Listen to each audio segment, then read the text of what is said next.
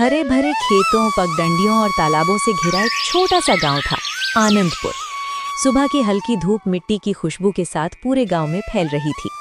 पक्षियों की चहचहाहट और मंदिर की घंटियों की आवाज से वातावरण गूंज रहा था।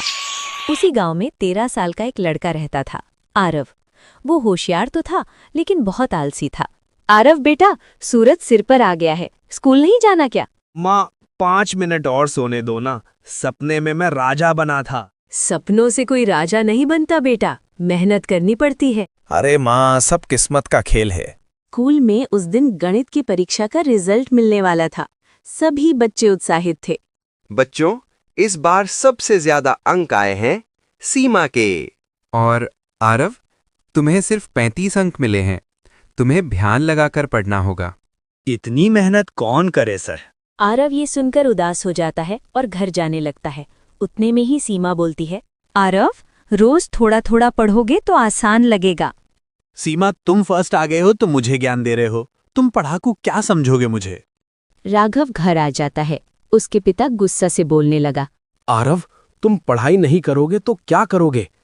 कल से तुम मेरे साथ खेत में काम करोगे। सुबह जल्दी उठना पड़ेगा, धूप में मेहनत करनी पड़ेगी।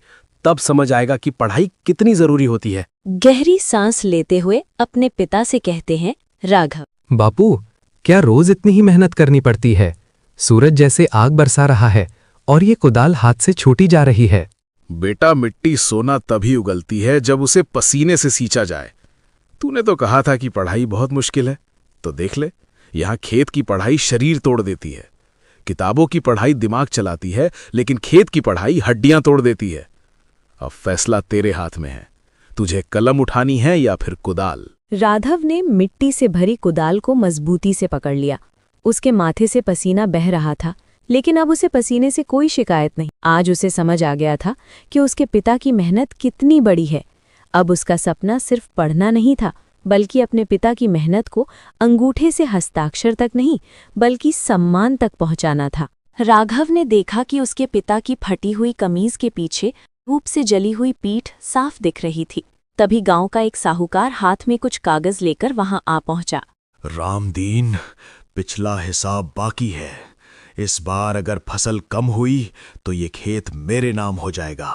याद रखना, अंगूठा तो तुमने पहले ही लगा दिया है। रामदीन हाथ जोड़ते हुए बोलता है, मालिक, बस इस बार की फसल कटने दीजिए, सब चुका दूंगा। साहूकार ये सुनकर फिर चला जाता है। बापू, साहूकार ने उन कागजों पर क्या लिखा था? क्या आपने उन्हें पढ़ा? बेटा, ये काला अक्षर मेरे लिए भैंस बराबर है। मैं बस मेहनत करना जानता हूँ, हिसाब किताब नहीं। राघव ने अपने पिता की आंखों में वो डर देखा जो उसने पहले कभी नहीं देखा था। उसे समझ आया कि सिर्फ शरीर की ताकत काफी नहीं है। राघव ने खेत में बहुत मेहनत किया। उसके पिता ने देखकर ये बोला, जीता रहे मेरे शेर।